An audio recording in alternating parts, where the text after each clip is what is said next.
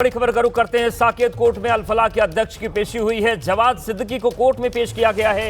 ED की 13 दिनों की रिमांड खत्म होने के बाद ये पेशी की जा रही है। तो बड़ी खबर आ रही है, जिस तरीके से अल-फलाह विश्वविद्यालय का अध्यक्ष लगातार सवालों के घेरे में है और जांच का दायरा जैसे जैसे आगे बढ़ रहा है, सुइयां लगातार उसकी तरफ घूम रही हैं। तो जवाद सिद्दीकी को कोर्ट में पेश किया गया है।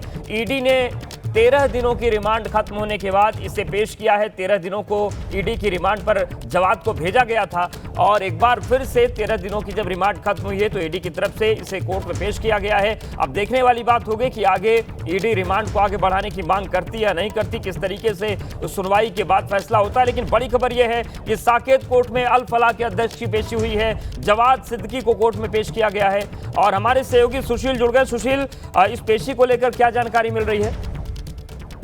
जी देखिए, अल-फलाह यूनिवर्सिटी के जो चेयरमैन है जवाद सिद्दीकी, उनको ईडी ने 13 दिन की जो कस्टडी थी उसको खत्म होने के बाद साकेत कोर्ट में पेश किया है, जहां पर कोर्ट में पेशी के बाद ईडी ने ये कहा है कि उन्हें फिलहाल अभी कस्टडी की आवश्यकता नहीं है, क्योंकि इस पूरे मामले में अभी तक की जो जांच ईडी ने की है उन तमाम उस जांच को कंपाइल करना है। कुछ ऐसे दस्तावेज ईडी को उनके आवास से और ऑफिस से मिले हैं जिसमें वित्तीय गड़बड़ियां हैं। तो ऐसे में अगर जरूरत पड़ेगी तो भविष्य में जो सिद्दीकी हैं उनकी कस्टडी दोबारा ईडी ले सकती है। लेकिन इस पूरे मामले में फिलहाल कोर्ट ने ईडी की इस रिकमेंडेशन को मानते हुए 14 दिन की न्यायिक हिरासत में जवाद सिद्दीकी को फिलहाल जेल में भेज दिया है। 15 दिसंबर को उनको दोबारा साकेत कोर्ट में पेश किया जाएगा। लेकिन ईडी की तरफ से ये कोर्ट में जरूर कहा गया कि इस पूरे मामले में जिस तरह से मनी लॉन्ड्रिंग को लेकर जांच कर रही थी ईडी, उनके पास कुछ ऐसे अहम सबूत हैं जिसमें वित्तीय गड़बड़ियां की गई हैं और इन तमाम दस्तावेजों की जांच करने के लिए उन्हें थोड़ा समय चाहिए। इसीलिए अभी फिलहाल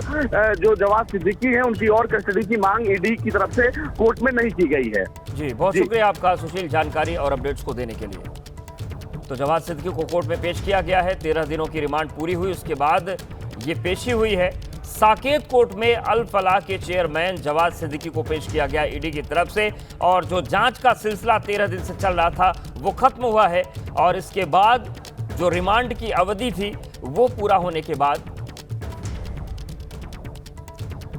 और इस पूरे मामले में एक और बड़ी खबर आ रही है और बड़ी खबर यह है कि ईडी ने साकेत कोर्ट में पेश किया था और इस पर सुनवाई हुई और सुनवाई के बाद जो फैसला हुआ है वो हम आपको बता रहे हैं। 14 दिन की न्यायिक हिरासत में जवाद सिद्दीकी को भेजा गया है। तो 13 दिनों तक ईडी ने पूछताछ की, उसके बाद जो हिरासत को बढ़ाने की मांग थी वो नहीं की गई थी। अब जवाद सिद्दीकी को 14 दिन की न्यायिक हिरासत में भेजा गया है। तो अल-फलाह यूनिवर्सिटी का चेयरमैन जवाद सिद्दीकी लगातार दिल्ली जो कार धमाका था उसके बाद सवालों के घेरे में आया, क्योंकि अल-फलाह यूनिवर्सिटी से ही डॉक्टर्स भी संबंध रखते थे। जमीनों के हेरफेर का मामला सामने आया है, तो 14 दिन की न्यायिक हिरासत में भेजा गया है।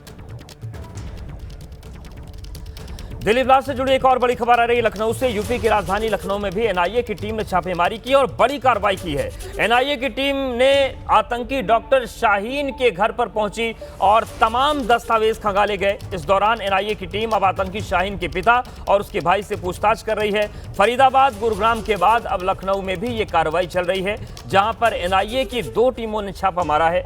लखनऊ में आतंकी डॉक्टर शाहीन के घर के अलावा उस डॉक्टर परवेज के ठिकानों पर भी छापेमारी की जा रही है, जिसकी तलाश में पुलिस जुटी हुई है। तो ये तस्वीर हम आपको लखनऊ की दिखा रहे हैं। डॉक्टर शाहीन जिसे गिरफ्तार किया गया है उसके लखनऊ स्थित घर पर भी जांच टीम पहुंची, एनआईए की टीम पहुंची और जांच पड़ताल का क्रम चल रहा है।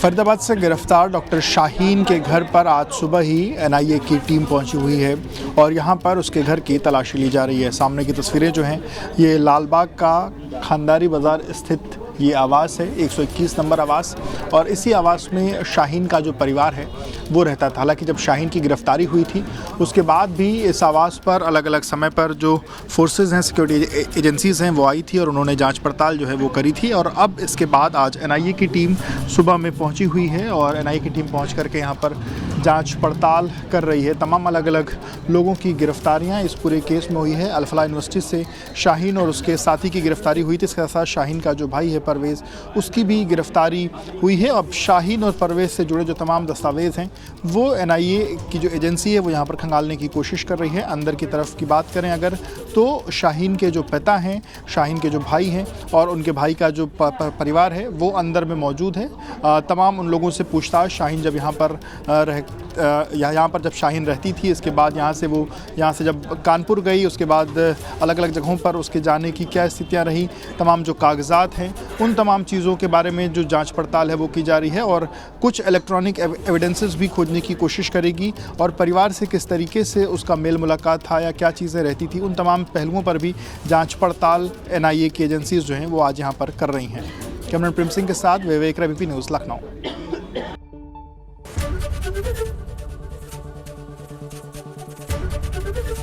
ABP गंगा, खबर आपकी, जुबान आपकी।